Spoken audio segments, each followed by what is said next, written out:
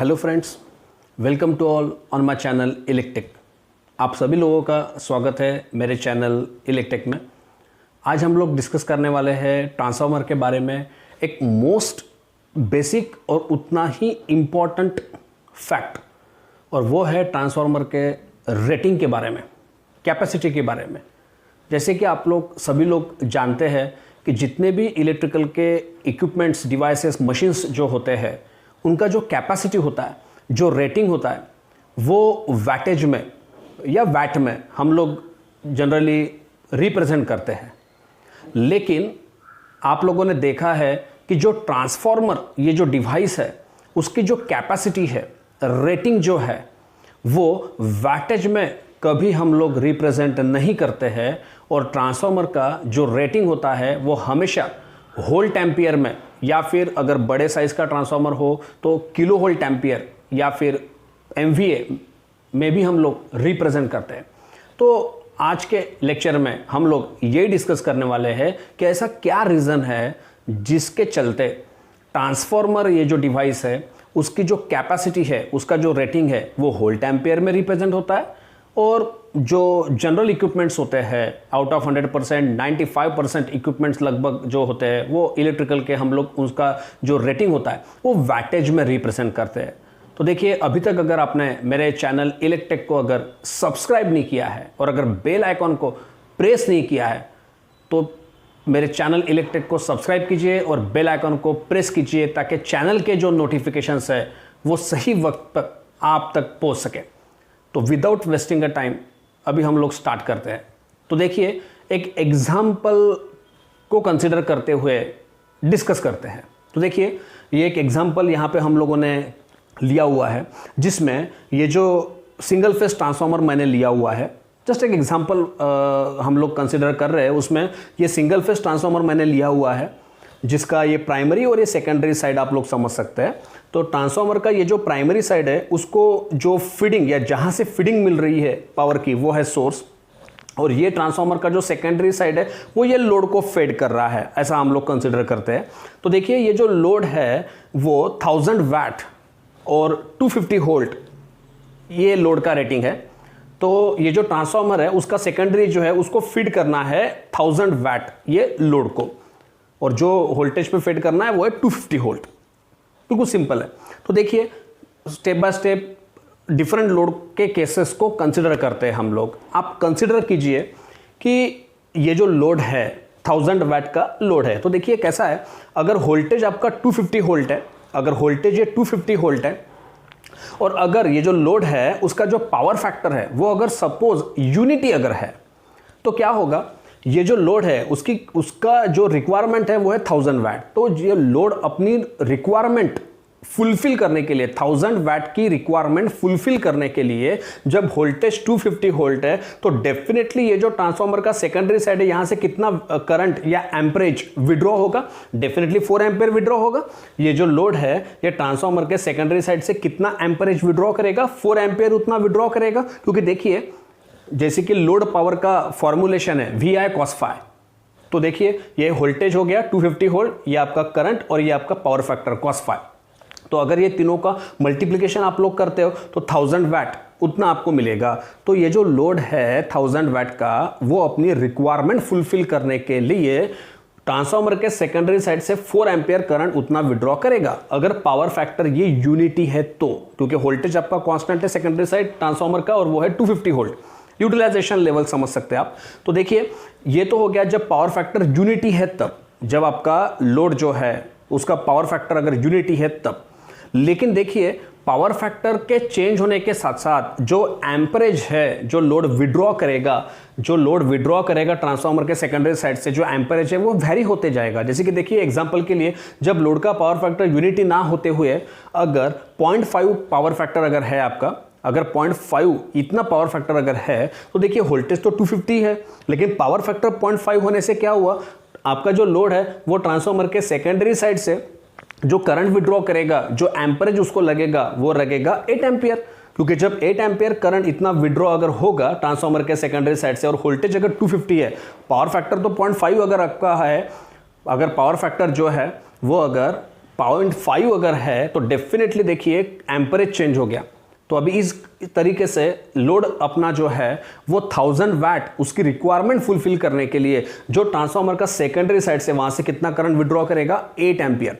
इसका मतलब जब पावर फैक्टर यूनिटी था तो 4 एम्पियर इतना करंट विड्रॉ हुआ। जब पावर फैक्टर यूनिटी से 0.5 हुआ तो आपका जो एम्परेज है वो 8 एम्पियर हुआ। ठीक उसी तरह और आगे देखिए, अगर पावर फैक्टर जो है वो अगर कम हो रहा है, डिग्रेड अगर हो रहा है, तो देखिए ये इंपॉर्टेंट नहीं है कि पावर फैक्टर लैगिंग नेचर का है या लीडिंग नेचर का है। अगर वो 0.5 से अगर 0.25 अगर होता है सपोज, तो क्या होगा, वोल्टेज तो 250 है, और अगर लोड का पावर फैक्टर जो है, नेचर जो है, पावर फैक्टर जो वो अगर 0.25 अगर है, तो उस वजह से क्या होगा, आपका जो लोड है उसको ट्रांसफार्मर के सेकेंडरी साइड से कितना करंट विड्रॉ करना पड़ेगा, 16 एम्पियर इतना करंट विड्रॉ करना पड़ेगा, तब ही आपका जो लोड है वो अपनी रिक्वायरमेंट जो है 1000 वाट की वो फुलफिल कर पाएगा। इसका ही मतलब क्या दिखाई दे रहा है कि लोड का जो पावर फैक्टर है वो जैसे जैसे चेंज हो रहा है, चाहे कम हो रहा हो या इंप्रूव हो रहा हो, नेचर उसका चाहे लीडिंग हो या लैगिंग हो, वो मैटर नहीं करता है। अगर पावर फैक्टर का वैल्यू अगर चेंज हो रहा है तो आपने अभी देखा कि लोड का जो ट्रांसफार्मर सेकेंडरी साइड से जो लोड करंट विड्रॉ करता है वो भी क्या हो रहा है, चेंज हो रहा है। और यहां पे ऐसा दिखाई दे रहा है कि पावर फैक्टर जैसे जैसे कम हो रहा है वैसे वैसे करंट जो है वो ज्यादा विड्रॉ कर रहा है लोड, जैसे कि करना चाहिए। तो इस हिसाब से अभी आप अगर देखते हैं तो आपको ये पता चल रहा है कि कांस्टेंट करंट नहीं है लोड, ये लोड के ऊपर किसी का कंट्रोल नहीं है। लोड ये कंटिन्यू चेंज हो सकता है, लोड का नेचर भी चेंज हो सकता है, पावर फैक्टर चेंज हो सकता है। तो पावर फैक्टर के चेंज होने के साथ साथ आपको अभी ये दिखाई दे रहा है कि जो एम्परेज है वो चेंज हो रहा है। तो देखिए अब इस वजह से क्या हो रहा है, मैन्युफैक्चरर जो होता है ट्रांसफार्मर का जो मैन्युफैक्चरर है या ट्रांसफार्मर जो है उसे ये नहीं पता कि लोड जो है जिसको फेड कर रहा है उसका पावर फैक्टर कितना रहने वाला है, वो फिक्स रहने वाला है या चेंज रहने वाला है, या चेंज भी अगर हो रहा है तो कितना रहने वाला है, कम अगर वो कंसिस्टेंटली कम होते जा रहा है या बढ़ते जा रहा है, इसके बारे में कुछ भी टेक्निकल इंफॉर्मेशन जो है वो ट्रांसफार्मर के पास अवेलेबल नहीं है या ट्रांसफार्मर के मैन्युफैक्चरर के पास अवेलेबल नहीं है।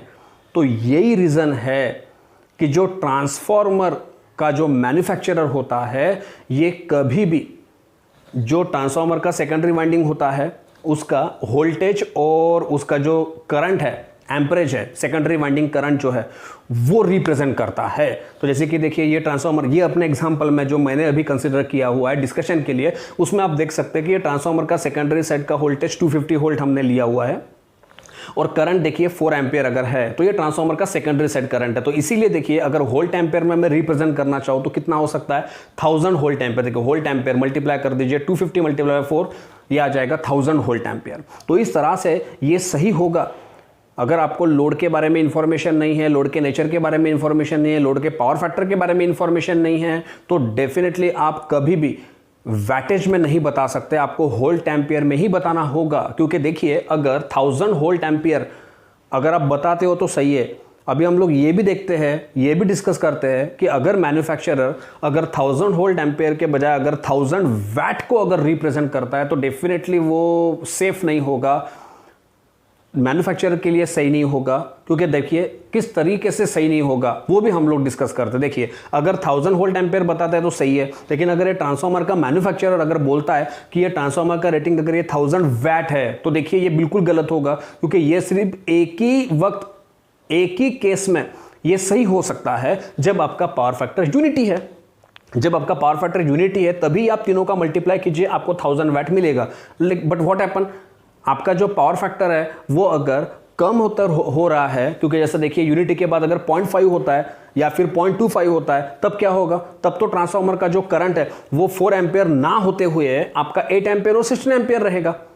और देखिए ट्रांसफार्मर का जो सेकेंडरी वाइंडिंग का जो सेफ करंट है या मैक्सिमम सस्टेनेबल कैपेसिटी जो है ट्रांसफार्मर के सेकेंडरी वाइंडिंग की करंट को कैरी करने की, वो अगर 4 एम्पियर है तो अगर 8 एम्पियर या 16 एम्पियर अगर ट्रांसफार्मर से अगर करंट विड्रॉ करेगा लोड तो ट्रांसफार्मर के सेकेंडरी वाइंडिंग तो डैमेज हो जाएगी, आपका ट्रांसफार्मर डैमेज हो जाएगा। तो यही रीजन है कि 1000 वैट ये मैन्युफैक्चरर कभी नहीं बोलेगा ट्रांसफार्मर का जो कैपेसिटी है या रेटिंग है। क्योंकि वो सेफ नहीं होगा। जैसे कि अभी हम लोगों ने देखा, वो सिर्फ यूनिटी पावर फैक्टर के वक्त ही सेफ हो सकता है, लेकिन जब transformer unity power factor, transformer जो लोड को फेड कर रहा है उसका जो पावर फैक्टर है वो यूनिटी ना होते हुए अगर कोई डिफरेंट अगर है, जैसे कि 0.5 लिया हुआ है, 0.25 हमने एग्जांपल के लिए लिया हुआ है, तो आप देखिए आपको ये दिखाई देगा कि लोड अपनी रिक्वायरमेंट फुलफिल करने के लिए 1000 वाट की ज़्यादा करंट विड्रॉ कर रहा है, तो फिर ऐसे केस में तो ट्रांसफार्मर का सेकेंडरी वाइंडिंग डैमेज हो जाएगा, क्योंकि उसका जो सस्टेनेबल कैपेसिटी है, उसका जो एम्परेज है जो वो सेफली कैरी कर सकता है वो है 4 एम्पियर। तो वो तो सिर्फ यूनिटी पावर फैक्टर के वक्त ही पॉसिबल होगा। तो इसीलिए आपका ट्रांसफार्मर का जो मैन्युफैक्चर होता है वो कभी भी 1000 वैट ये नहीं बोलेगा, वैटेज में कभी रेटिंग नहीं बोलेगा, कैपेसिटी को रिप्रेजेंट नहीं करेगा, वो ऑलवेज वोल्ट एम्पियर में बताएगा। जैसे कि अभी हम लोगों ने बताया है कि ट्रांसफार्मर का सेकेंडरी साइड का जो वोल्टेज है 250 वोल्ट और एम्परेज कितना है 4 एम्पियर। तो इसीलिए वोल्ट एम्पियर में 1000 वोल्ट एम्पियर इतना हम लोग बता सकते हैं, हम लोग वैटेज में नहीं बता सकते, क्योंकि वो सही नहीं होगा, वो सेफ नहीं होगा।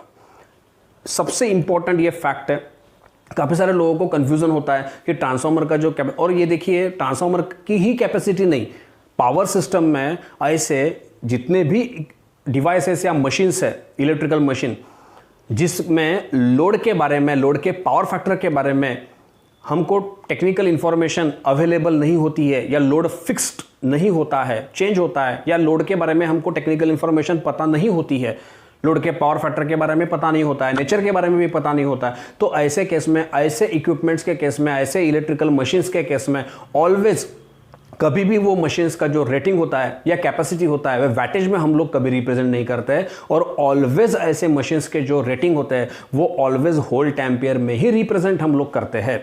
जैसे कि अल्टरनेटर, बिल्कुल सही है, ये जो सोर्स है या अल्टरनेटर जो है, जनरेटर जो है, 3 फेज सिंक्रोनस जनरेटर जो है, उसका भी जो कैपेसिटी या रेटिंग है वो भी वोल्ट एम्पियर में, या फिर अगर साइज अगर बड़ा है तो किलो वोल्ट एम्पियर या मेगा वोल्ट एम्पियर, एमवीए में भी हम लोग रिप्रेजेंट कर सकते हैं, लेकिन वैटेज में हम लोग कभी नहीं कर सकते। तो देखिए आज के लिए बस इतना ही। अगर आपको आज का वीडियो पसंद आया है, अगर आपको ऐसा लगता है कि आपको कुछ टेक्निकल इन्फॉर्मेशन आज के वीडियो से मिली है, तो प्लीज़ वीडियो को लाइक करना ना भूलना या शेयर करना ना भूलिए। ऐसी कुछ इंटरेस्टिंग वीडियोस के लिए आप बने रहिए मेरे चैनल इलेक्टेक के साथ। Thank you very much for watching.